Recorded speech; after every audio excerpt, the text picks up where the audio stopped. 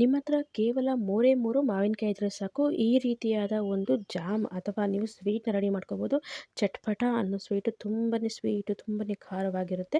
ಬನ್ನಿ ಹಾಗಾದರೆ ಹೇಗೆ ಮಾಡೋದು ಈ ಮಾವಿನಕಾಯಲ್ಲಿ ಈ ಚಟ್ಪಟಾದ ಸ್ವೀಟ್ ಅಂತ ನೋಡೋಣ. ಇಲ್ಲಿ ನೋಡಿ 3 ಮಾವಿನಕಾಯಿ ತೊಗೊಂಡಿದ್ದೀನಿ. ಇದು ಬಲ್ತಿರೋದು ಅಲ್ಲ, ಪೂರ್ತಿ ಹಣ್ಣಾಗಿರೋದು ಅಲ್ಲ, ಮೀಡಿಯಮ್ ಆಗಿ ಸ್ವಲ್ಪ ಸಿಹಿಯಾಗಿ ಇದೆ.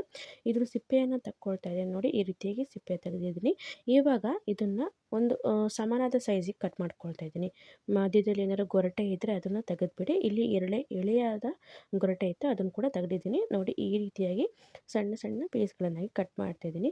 ಎಷ್ಟು ಸಾಧ್ಯನೋ ಅಷ್ಟು ಸಣ್ಣದಾಗಿ ಕಟ್ ಮಾಡ್ಕೊಳ್ಳಿ. ನಂತರದಲ್ಲಿ ಇದನ್ನು ಬೇಯಿಸುವಾಗ ಈಸಿ ಆಗುತ್ತೆ ನೋಡಿ. ಈ ರೀತಿಯಾಗಿ ಇದರ ಗೊರಟೆಗಳನ್ನು ತೆಗೆದುಬಿಟ್ಟು ಇಷ್ಟು ಸಣ್ಣ ಕಟ್ ಮಾಡ್ಕೊಂಡಿದ್ದೀನಿ.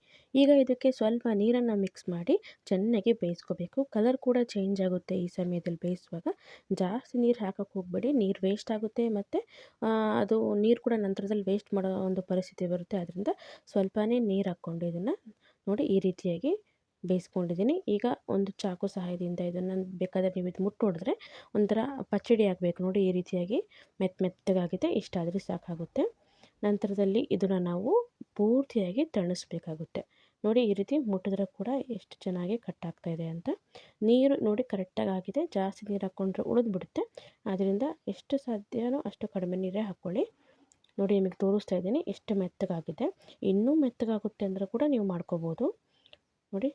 ಹೀಗೆ ಸ್ಪೂನ್ ಇಟ್ಟರೆ ಸಾಕು, ಈಸಿಯಾಗಿ ಕಟ್ ಆಗ್ತಾಯಿದೆ. ಈಗ ಇದನ್ನು ಬೇರೆ ಒಂದು ಪ್ಲೇಟಿಗೆ ನಾನು ಹಾಕಿಬಿಟ್ಟು ಪೂರ್ತಿಯಾಗಿ ತಣಿಸ್ತೀನಿ. ಯಾಕಂದರೆ ಇದನ್ನು ನಂತರದಲ್ಲಿ ನಾವು ಮಿಕ್ಸಿ ಮಾಡ್ಕೋಬೇಕಾಗುತ್ತೆ ನೋಡಿ. ಸ್ವಲ್ಪ ನೀರಿತ್ತಲ್ಲ, ಅದನ್ನು ಕೂಡ ಸ್ವಲ್ಪ ನಾನು ಬಾಡಿಸ್ತಾ ಇದ್ದೀನಿ ನೋಡಿ. ಈ ರೀತಿಯಾಗಿ ಈಗ ಇದನ್ನು ಬೇರೆ ಪ್ಲೇಟ್ಗೆ ಶಿಫ್ಟ್ ಮಾಡ್ಕೊಂಡಿದ್ದೀನಿ. ಶಿಫ್ಟ್ ಆದಮೇಲೆ ಪೂರ್ತಿಯಾಗಿ ತಣ್ಣಗಾಗಿದೆ. ಈಗ ಇದನ್ನು ನಾನು ಒಂದು ಮಿಕ್ಸಿ ಜಾರಿಗೆ ಹಾಕ್ಕೊಳ್ತಾ ಇದ್ದೀನಿ. ನೀವು ರುಬ್ಬುವಾಗ ಅಗತ್ಯ ಬಿದ್ದರೆ ಸ್ವಲ್ಪ ನೀರನ್ನು ಕೂಡ ಆ್ಯಡ್ ಮಾಡ್ಕೊಳ್ಳಿ.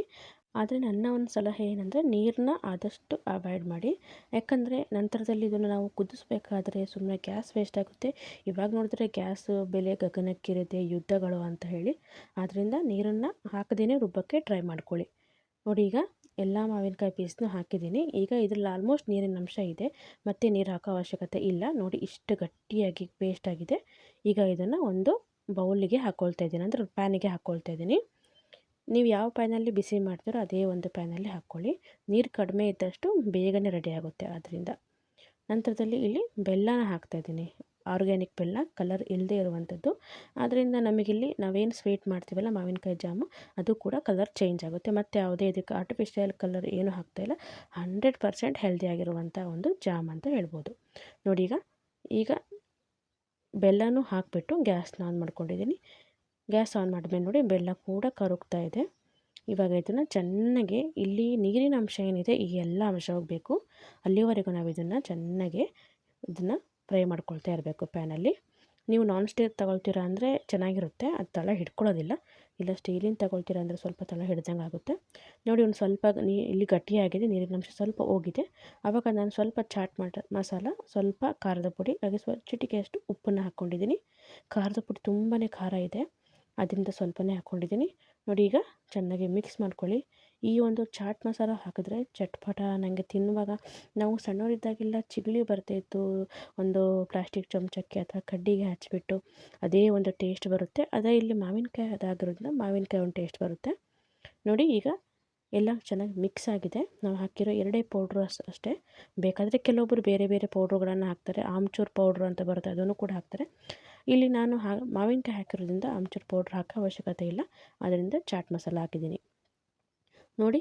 ಒಂದು 15 ನಿಮಿಷ ಆದಮೇಲೆ ಈ ಒಂದು ಹದಕ್ಕೆ ಬಂದಿದೆ. ನೀರಿನ ಅಂಶ ಎಲ್ಲ ಹೋಗಿದೆ. ಇವಾಗ ಇದು ಕೂಡ ರೆಡಿಯಾಗಿದೆ. ಕೆಳಗಡೆ ತಳ ಕೂಡ ನೋಡಿ ಈ ರೀತಿಯಾಗಿ ಹಿಡ್ಕೊಳ್ತಾ ಇದೆ. ನಾನು ಹೇಳಿದ್ದೆಲ್ಲ ನಾನ್ ಸ್ಟಿಕ್ ಆದರೆ ಈ ರೀತಿ ತಳ ಹಿಡಿಯೋದಿಲ್ಲ ನೋಡಿ. ಈ ರೀತಿ ಆದಮೇಲೆ ಇದನ್ನು ಒಂದು ಪ್ಲೇಟಿಗೆ ಹಾಕಿದ್ರೆ ನಮಗೆ ರುಚಿಯಾದ ಮಾವಿನಕಾಯಿಯ ಜಾಮ್ ರೆಡಿ ಆಯಿತು. ಮಾವಿನ ಹಣ್ಣಿನ ಜಾಮ್ ಅಲ್ಲ, ಮಾವಿನಕಾಯಿಯ ಜಾಮ್ ರೆಡಿ ಆಯಿತು. ಇದನ್ನು ನೀವು 1 ತಿಂಗಳುಗಟ್ಟಲೆ ಆರಾಮಾಗಿ ಸ್ಟೋರ್ ಮಾಡ್ಕೋಬೋದು. ಮತ್ತು ಮಕ್ಕಳು ಕೂಡ ಇಷ್ಟಪಟ್ಟು ತಿಂತಾರೆ. ಜಾಮ್ ಥರನೇ ಇರುತ್ತೆ ಸೇಮು.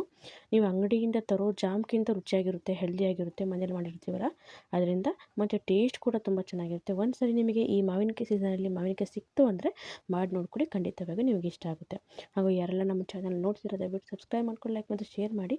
ಮತ್ತು ಇದನ್ನು ಒಂದು ಚಮಚಕ್ಕೆ ಹಾಕ್ಕೊಟ್ರು ಮಕ್ಕಳು ಆರಾಮಾಗಿ ತಿಂದ್ಕೊಳ್ತಾರೆ. ಯಾಕಂದರೆ ಆರಾಮಾಗಿ ಇದನ್ನು ಚಿಗಳಿ ಥರ ಚಿಪ್ಬೋದು, ಚೆನ್ನಾಗಿರುತ್ತೆ, ಅಷ್ಟು ಚೆನ್ನಾಗಿರುತ್ತೆ. ನೋಡಿ ಇವಾಗ ರೆಡಿ ಆಗಿದೆ. ತಣ್ಣಗಾದ್ಮೇಲೆ ಇನ್ನು ಸ್ವಲ್ಪ ಗಟ್ಟಿ ಆಗ್ತಾ ಬರುತ್ತೆ ನೋಡಿ. ಈ ರೀತಿಯಾದ ಒಂದು ಮಾವಿನಕಾಯಿಯ ಜಾಮ್ ರೆಡಿ ಆಯಿತು. ನೀವು ಕೂಡ ಈ ರೀತಿಯಾಗಿ ವಿವಿಧ ರೀತಿಯ ಒಂದು ರೆಸಿಪಿಗಳನ್ನು ನೀವು ನೋಡ್ಕೋಬೇಕು ಅಂದರೆ ನಮ್ಮ ಒಂದು ಚಾನಲ್ನ ಸಬ್ಸ್ಕ್ರೈಬ್ ಮಾಡ್ಕೊಂಡು ಲೈಕ್ ಮತ್ತು ಶೇರ್ ಮಾಡಿ. ಫೇಸ್ಬುಕ್ಕಲ್ಲಿ ನೋಡ್ತಾರೆ ದಯವಿಟ್ಟು ಫಾಲೋ ಮಾಡ್ಕೊಳ್ಳಿ. ನೋಡಿ ಈ ರೀತಿಯಾದ ಚಟ್ಪಟ ಜಾಮ್ ರೆಡಿ. ನೀವು ಕೂಡ 3 ಮಾವಿನಕಾಯಿ ಇದ್ದರೆ ಈ ರೀತಿಯಾಗಿ ಮಾಡ್ಕೋಬೋದು. ಹಾಗೂ ಈ ಚಾನಲ್ ನೋಡಿದ್ದಕ್ಕೆ ತಮ್ಮೆಲ್ಲರಿಗೂ ತುಂಬ ಹೃದಯ ಧನ್ಯವಾದಗಳು. ಹೀಗೆ ನಿಮ್ಮ ಸಪೋರ್ಟ್ ಇರಲಿ. ನೋಡಿ, ನೀವು ಮಾವಿನಕಾಯಿ ಜಾಮ್ನ ಬೇಕಾದರೆ ಬ್ರೆಡ್ಡಿಗೆ ಹಾಕ್ತೀರಾ ಅಂದರೆ ನೋಡಿ ಈ ರೀತಿ ಹಾಕಿಬಿಟ್ಟು ಇದು ಸ್ಪ್ರೆಡ್ ಮಾಡಿದರೆ ಆಯಿತು. ಚೆನ್ನಾಗಿ ನೀವು ಅಂಗಡಿಯಲ್ಲಿ ತರೋ ಜಾಮ್ಗಿಂತ ರುಚಿಯಾದ ಒಂದು ಬ್ರೆಡ್ ಜಾಮ್ ರೆಡಿಯಾಗುತ್ತೆ. ಈ ರೀತಿ ಮಾಡ್ಕೊಳ್ಳಿ ಅಂತ ಹೇಳ್ತಾ ವಿಡಿಯೋ ನೋಡಿದ್ದಕ್ಕೆ ಧನ್ಯವಾದಗಳು. ಹೀಗೆ ಸಪೋರ್ಟ್ ಇರಲಿ ಅಂತ ಹೇಳ್ತಾ ಬಾಯ್ ಬಾಯ್.